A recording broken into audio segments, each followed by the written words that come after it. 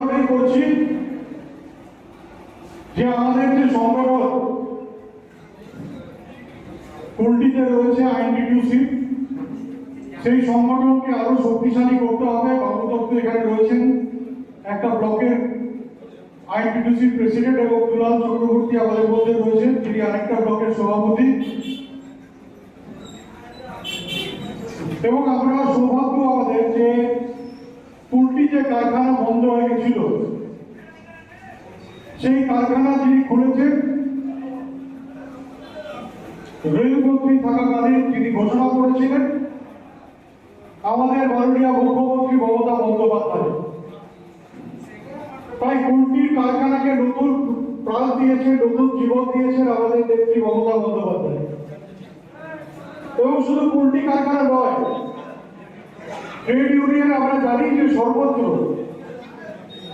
যেখানে পরিবহন আমাদের রয়েছে, সেই পরিবহনে আমাদের ইউনিয়ন করতে হবে।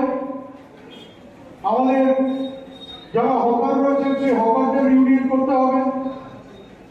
যারা এমপ্লয়ি রয়েছেন, আমাদের হেডকোয়ার্টার কুলটিতে রয়েছে ইসিএল এর, সেই হেডকোয়ার্টারে আমাদের আরো বেশি সক্রিয় হতে হবে। ইসিএল এর যে ট্রেড ইউনিয়নটা, সেই ইউনিয়নকে আরো মজবুত করতে হবে। এবং কুলটি একসময় আমরা একটা শিল্পনগরীর মধ্যে দেখতাম, সেই শিল্পনগরীকে আবার নতুন করে সেই পুরনো দিনের যে গরিমা ছিল, সেই গরিমাকে আবার ফিরিয়ে আনতে হবে। আজকে সেই কাজটা করার জন্য যেটা আমাদের করতে হবে সেটা হলো কুলটি বিধানসভা তৃণমূল কংগ্রেসকে জেতাতে হবে। আমাদের আইনটিটিউসি জেলা সভাপতি ঘটনার নির্দেশে জোরে আমাদের আইনটিটিউসি জেলা সভাপতি ঘটনার নির্দেশে কুলটি টাউন ব্লকের পক্ষ থেকে শ্রমিকদের নিয়ে একটা এখানকার কর্মী সভার आयोजन करा है। क्या रहा है कि सामने 2026 का इलेक्शन है। इलेक्शन में हम लोग का टीएमसी का जितनी पार्टी है, ममता बनर्जी का माजी पार्टी, उसको भारी मतों से जिताना होगा। क्योंकि 5 साल बीजेपी का जो एमएलए है वो काम कुछ किया नहीं है, अपना चेम्बर लेके बिजी रहता रहा।